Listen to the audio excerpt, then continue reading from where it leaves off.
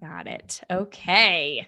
Good morning. Good morning, Amy. How are you? Hi, Shane. Good. Hi, everyone. We're a little jazzed because we started this conversation offline. So we are just, we're big. What happens, the reason why I have that weird pause, everyone, is because when it goes live, okay, it's got this bit of delay and it starts talking to me. So what we just said so I have to find the mute button. Where's the mute button on YouTube? And get that thing out of my face. Yeah, no doubt. No doubt. But we were just look, I'm going to full disclosure, everyone, Shane and I are planners. We like budgets. We like planning. We like anything that gives us an edge and helps us reduce risk. I mean, is that a fair? I'd say that's fair of both of us. Yes. Right. Get an edge and reduce risk. That's it. Yeah. We are not drifters. We are not about random. No, we're more of an orchestra than just someone who riffs on the guitar every now and then. That's so good. There you go. Well said. Let's put that on a t-shirt. Yeah. But you know what though? Here's what we have learned is that way of working and thinking has had to change. That very rudimentary sit down, plan out the week, the day before, plan out the year, the last 2 weeks of the year. We've had to realize that in this technology age, agility gives us the greatest edge and actually reduces risk, not knowing what's coming, but being able to measure what's been done. So we have a prediction of what will come. Does that make sense? It does. I'm writing that down. The way you said that was powerful. Agility, not knowing what's coming, is what gives us the edge. Yes. And you can't have agility if you have not had some planning that's based off of experience. And that's what you're saying is the way to evaluate experience is not how you felt about the year. Like, no, like what do the facts say about the year? Now you can have feelings about those facts, but the only thing you can change in the next year is what you're going to focus on based on that previous year's experience. And so it does take orchestration. Yeah. I like that phrase. Agility, not knowing what's coming. That's the edge. Yes. That's cool. Well, and what I think is really powerful about your explanation is that agile leaders know that they can maintain the edge. Here we go. Office assistant number 1 is joining us today. Hello. I'm not sure why she's here, but there must be an important phone call from the president. Could be. Go play. Say bye-bye. Bye, Abby. Can you say bye to the people? Go with your sister. Bye-bye. Okay. And assistant number 2 comes to help assistant number 1. Okay. Bye-bye. There they go. Bye-bye. Bye-bye. So, but I loved what you said that agile leaders, we can, I'm just going to let that happen. So great. Just real life, man. Yeah. Right. I mean, it just is what it is, people. Yep. And so the agile leader can predict the future because they planned in the past. Yes. And that is the beautiful thing about this whole situation. All right. Let me close the door. Okay. They're having a conference call. We're going to let them have their conference meeting in private because it sounds loud over there. It sounds like their year-end planning is not going so well. Big meetings. Right? There's a lot of dissent happening. So as long as there's no blood and no one gets thrown down the stairs, go at it. This is where creative solutions come out of dissent, people. We could teach on that. But I have to tell you that there are some things that I picked up. I see people have picked up over the years from this archaic way of planning, which I'm telling you, for 100 years, from 1911 to 2011, it was a great way of planning. You sit down, you hear everybody's opinions at the table, you make some plans, and then by about the mid to second quarter, you're kind of like off that track, and you got new plans in place. And that, reiterating and changing the plan is not a bad idea. It really is not. But what happens in this archaic planning process is that we said this was the 5-year goal. We said this was the 12-month goal. And if we don't stick to it, then somehow there's something wrong with that. And iteration is not a bad thing if you're doing it from a place of information and not a place of opinion, which is very, very important. Yep.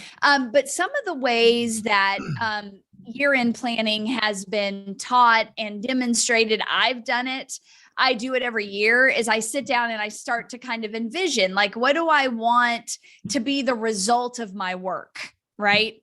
Yeah. And I started to learn really from Anat Banal. And if you don't know her, her last name is Baniel, first name Anat. Just go Google her, Anat Banal.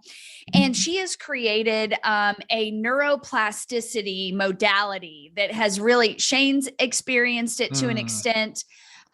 Abigail and myself have been ingratiated in it for almost 5 years. And I have to tell you that there is some very specific things about the brain that when you know those things, year-end planning becomes different. So let's just talk about the vision board for a second, right? Or the visioning practices, or the envisioning, or the imagining, or the, what are some of the other things that people call, I am manifesting? Manifesting. That's another word I hear a lot. Yeah, me too. Manifesting $1 million. I'm manifesting 100 new clients. And the power of the brain's imagination is real. It is real. However, I have to read you this study. So I'm going to read it to you because I don't want to jank up the language. So, and I found this study a few years ago. I wrote about it last January, but it says a 2011 study published in the Journal of Experimental Social Psychology found that fantasizing about an idealized future actually decreases the likelihood that someone will expend energy trying to turn their fantasy into a reality. So I was taught, whenever I was entering this world of entrepreneurship by a business trainer, I was taught to make a vision board. And on that vision board, put everything I wanted as a result of my work. So if I wanted a new car, if I wanted a certain lifestyle, in my line of work, there are 3 things that are repetitive every time I ask this question during a discovery call. What is it that you see in your mind's eye that is going to happen when you achieve this revenue goal? Number 1, travel. I want to travel. This is a lifestyle vision, right? Number 2, I want to be able to contribute financially to my children. Also a lifestyle vision. And the third thing is I want to be able to save more money. I want to be able to retire and not have to worry about the future. Okay.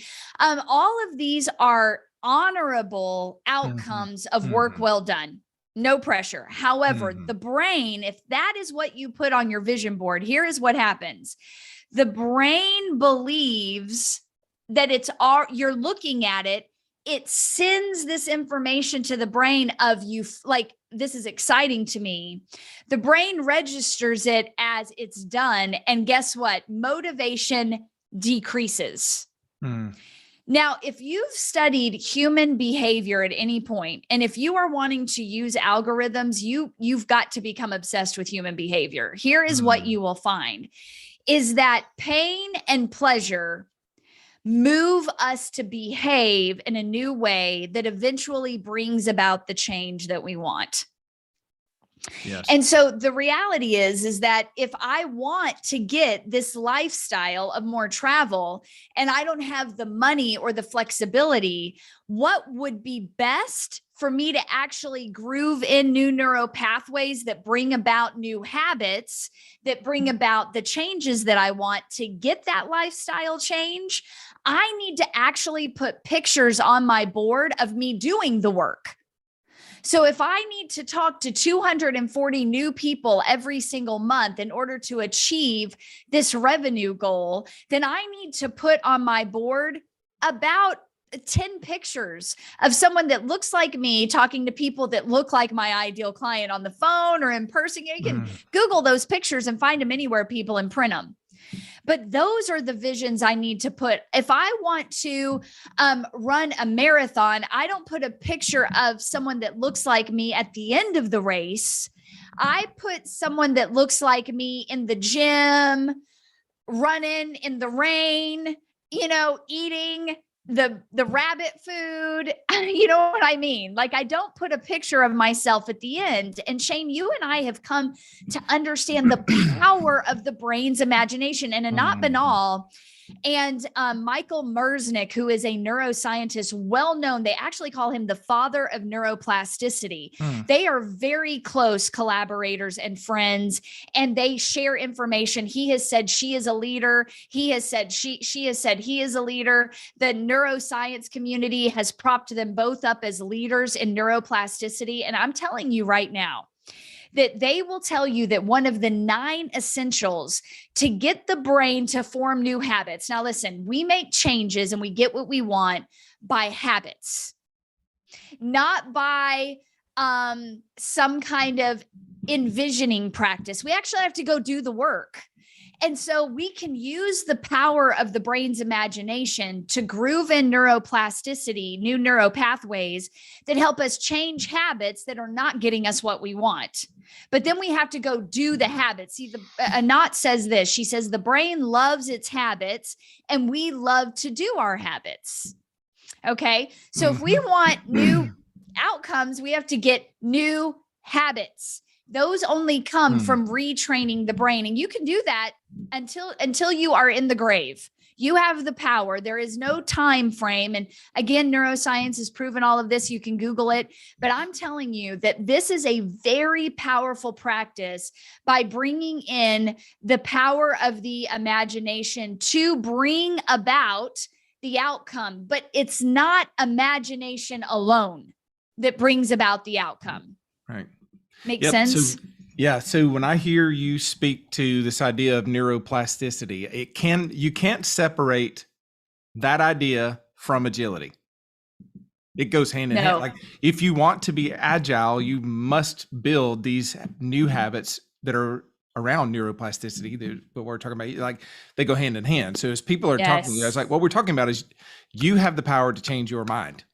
You just have to activate your brain in a certain way so that it can serve you and not serve against you, right? Yes. So this idea of action producing our outcomes, I think, is what gets missed when I hear people talk about vision boards and manifesting stuff. So some people would say, well, hey, I saw this person and they said they manifested this new car. One or two things happened. In my opinion, I've not talked to that person, so I don't know for sure, but based on neuroplasticity and what you and I know it takes to actually get outcomes, one or two things happened. Either they had the cash in the bank and they reprioritized their choices and they went and bought the thing, one. Or number two, they realized, you know what? I can't focus on that outcome. I have to look and say, what is the work that I'm going to do? And how long do I have to do that to get to the quantity of finances that I need? And that's where their focus was. The byproduct was they made a choice to spend that new money on what they had prioritized. It wasn't the board and the magic of staring at it, repeating phrases, doing it every morning. Those people, they get tired of that after about 3 weeks. Like, I got tired of it after about 3 weeks. You know, and some of it was to what you said. I was training my brain to think as if it's already happened. Well, okay, so if it's already happened, I'm moving on. That took me about 3 weeks. Done. Like, it doesn't work that way. So priorities are different than outcomes, right? So when I think about priorities only come from us having clear direction. That clear direction comes from evaluating, and that's where this reflection piece, what was happening last year, based off of that, what do I want to do this year? But it's around what you've studied as the truth and the facts of that effort that shapes the plan. I don't know if that makes any sense or not, but that's what hit me. It does. And I think in real practical terms, what we're talking about here is, first, as you're coming up on this year end, avoid the mistake of envisioning yourself with the thing you want. Envision yourself doing the work. So, and we're going to go on to the second thing in just one second, but I want to give you a really clear example here. So Anat talks about this in her book. She talks about it, I think, in two places. In her book, Kids Beyond Limits, which is a very powerful book for anyone that wants to understand how the brain works. It doesn't matter if you have a kid or not. This is a very powerful book. And then also Move Into Life.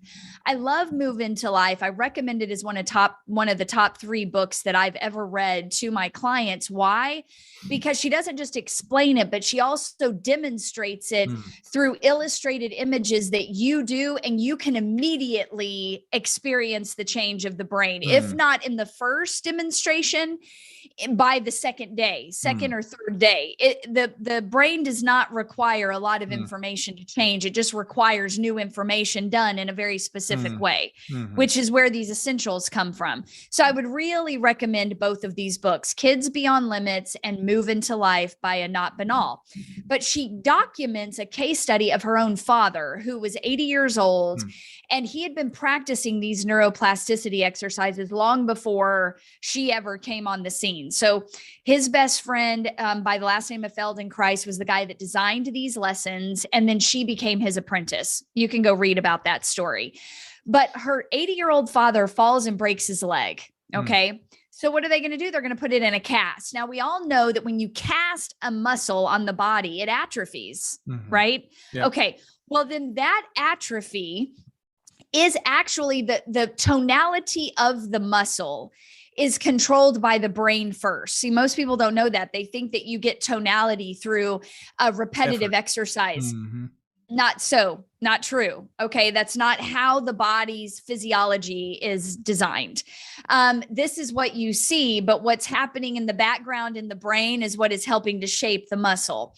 So this man knew that. So he would do his neuroplasticity exercises every day, Shane. Okay.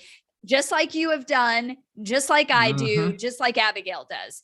And he would lay down on the ground and he would do it on one side of the body, exactly the way he knew to do it. And then he would imagine himself doing it on the other side of the body. He wouldn't imagine his muscles toned. Right. He imagined himself doing the work on the left side of the body, or the side that was casted. So fast forward, he goes to the doctor, he gets this cast off, Shane. The man's muscles had not atrophied and he was 80. Wow. And the doctor was like, how is this possible?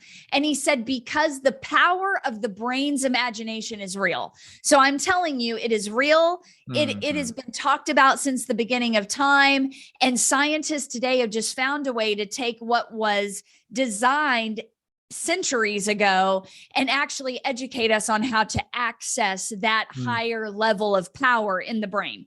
So I really would like for you to go study this yourself, because it's a very powerful lesson, but you need to practice it a little bit to experience it. Okay. Now, the second thing that Shane and I would wildly recommend that you avoid is that you don't just sit down and say, I don't ever want to have a year like I've had now. So what is everything I need to change to avoid this thing happening again? Whether it's a decrease in the money, you didn't have the amount of clients you wanted, you didn't sell the amount of units or courses or hours of service that you wanted.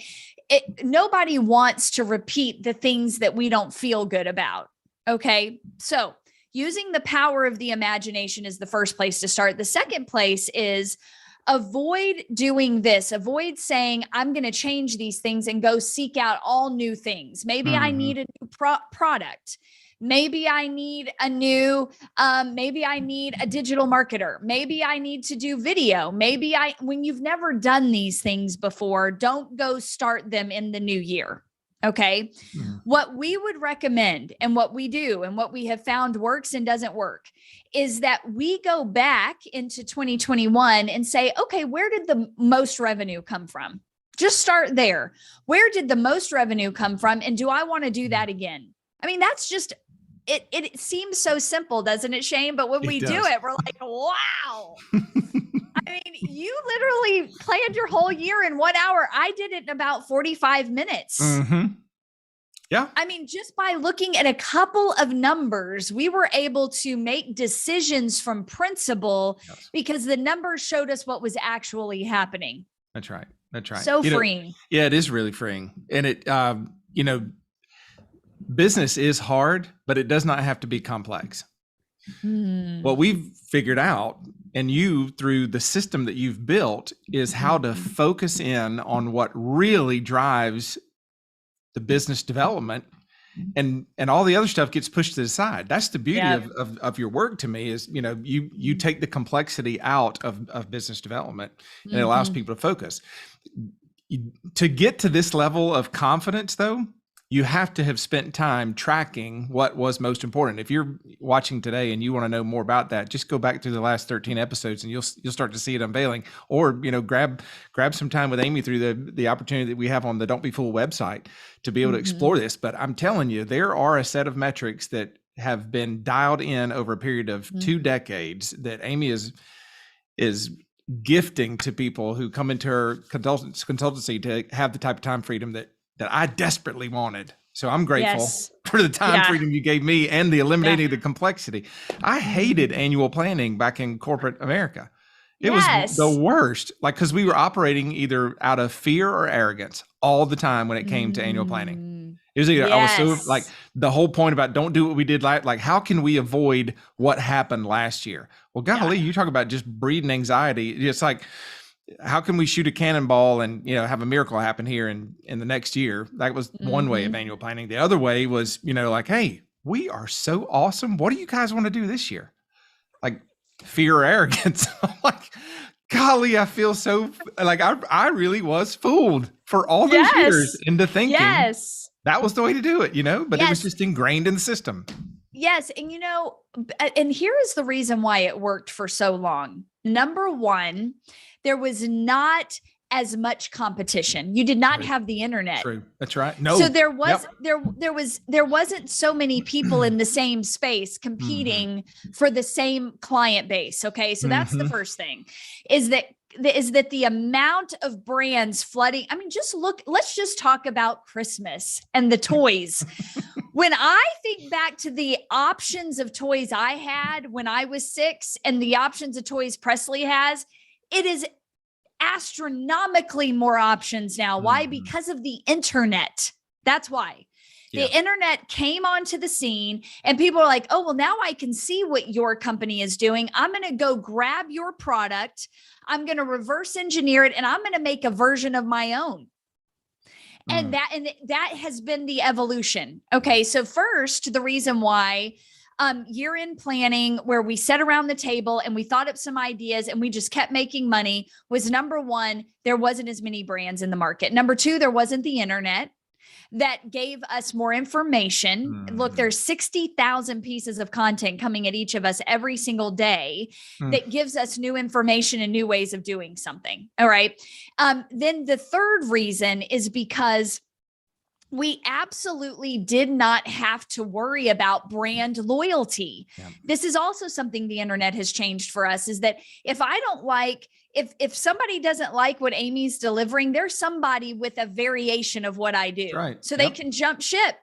There is no loyalty there. What I can control is added value, and added value isn't like, hey, here's a few more minutes of my time and I'm not going to charge you for it. No, it's, what does the number that I'm measuring that tells me the clients are getting value? What can I do to increase that number? Right? So we have 6 numbers that we follow all the time that allow us to keep connected to our market, to help us measure the value they're placing on the work that we do, and helps us duplicate where the client is saying, this is successful to me. I like this. Let's do more of that. Or where the marketing efforts are getting the most response rates. A response rate is a very powerful metric that most people do not measure because they don't know how. And it can be complicated. If you don't have somebody that's figured that out, it can be complicated. Yeah. So these 6 numbers, we have 6 numbers and we have 2 tracking sheets. That's how we year-end plan. We look at these 2 tracking sheets and we say, okay, look at that. The conversion rate is up.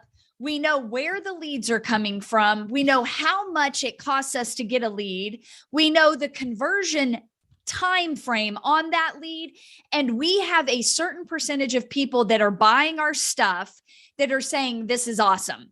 If all those numbers are in line, all we have to do at the end of the year is say, do I like what I'm doing? Yes. Do they like what I'm doing? Yes. I want more of this outcome. Okay. So now I look at the numbers and say, I just need to do 2 more hours of work a day. Yes. That's what my numbers told me. Amy, if you did 2 more hours of work a day going into 2022, you would have more revenue. Okay. That's what I'm going to do. Yep. 2 hours a day, 12 more hours a week. That's it. Yep. I'm telling you, it really is. It's mind blowing. If you haven't heard this before, you kind of think, what? Are you serious? Like, yes, seriously. Yes. Like I still consider myself a novice as an individual business owner. I've grown other people's businesses, but I'm just in year 4 of mine. And every year working this process that you're referring to, my business has increased at least 10% year over year. This year was the highest, 12.5% this year. So, but it starts with knowing, like, here are the 6 numbers, and then here are the 2 sheets to track, to be able to then put the effort in 2022 to measuring what matters. Yeah. Right. Instead of measuring yourself against what someone else is doing, which is where a lot of people get started in this whole vision board manifestation thing. Like, oh, well, she's doing it. I want to do it. He's doing it. I want to do it. Like, instead of that, get really concrete on what's driving the numbers. And then over time, pivots, not 180 degree shifts, pivots. Right. Right. Yeah, that's good. Well, that's good and stuff. You know what else these numbers have given me is the freedom to know where to spend my time on development and improvement. So I don't know I think the last time I went to a conference was in 2018. Because the numbers have showed me the work that I do is good, but the way I do the work can be improved. So rather than going to a conference, I've brought accountability in. I have brought in a couple of better tools, like a better microphone, right? Not major shifts, just a small shift that has allowed me to go deeper and be better little by little, consistently, which makes me more masterful at my work. I'm not taking in so much new information that I feel like, oh my gosh, I'm missing out on something, or I have to go change everything because that's what this person on the stage said. Because it's very easy to be impacted by something that we perceive to be successful. And this is where we've got to be careful. We've got to beware of these couple of messages in the marketplace. If they're telling you need a business plan, unless you are going to the bank to get a lot of money, my friend, you do not need a business plan. You need metrics. You need key performance indicators. You need one client base, and you need one product. And you need to start by measuring those things for at least 12 months. This is going to help you then build in predictability. And now you can forecast, do that again for another year, and maybe bring in a new angle. Okay. Maybe I need to improve my content delivery process, right? Okay. So just focus on that angle while you're mastering the product, the audience, and the measurement, the management of the process and the people. Those are the 2 things that matter: the process and the people, the new people, the clients, and the process that you're delivering what they want through. These are very, very powerful. It's really powerful. And so as you're going into the new year, just to wrap this up, I want to make sure that I put a bow on it. Merry Christmas, and say, look, do not do a vision board where your brand new car that you don't yet own is on it, because your brain will literally go into this euphoric state and make you actually decrease motivation. So we want to increase motivation. So put the things on the board that are required for you to get the car, right? So if you need a budget, if you need accountability to stick to that budget, if you need the time scheduled to follow that budget, there's some work that needs to happen before that thing comes. Yes. Put those images on the board. Right. Someone doing those things. Yes. Yes. Then the second thing is that instead of looking at everything that didn't work or you didn't like, focus on where the most revenue came from and ask yourself this question: do I want to do that again? How I got the revenue in 2021, do I want to do that work again in 2022? If the answer is yes, now you've got to zoom out and say, okay, what do I need to do that work better? Well, you probably need a process in place to determine how the market places value on that process, right? So we have that in the very first few hours of work that we do together. There's a process for measuring the process of delivery. So whether you're in service for yourself or you're delivering a product, there's a process that needs to be measured. And the client is telling you the measurements. You just have to listen, and you have to know what you're listening for and how to document it. Yes. And then there's a set of numbers, and those numbers have to be able to help you determine, am I delivering the product better? And am I also getting more of what I want from my efforts to market and advertise and sell? And what are the labor hours? So these three numbers matter, right? Process, the delivery process, the marketing and sales key performance indicators, and the labor hours. Those numbers then help you frame up what to focus on. And at the end of the year with 2 forms, okay, all these numbers hit. Do I want to do that again? And if so, I've got to do X, Y, and Z to get better so I get more. That's right. Simplifying the complex. I love it.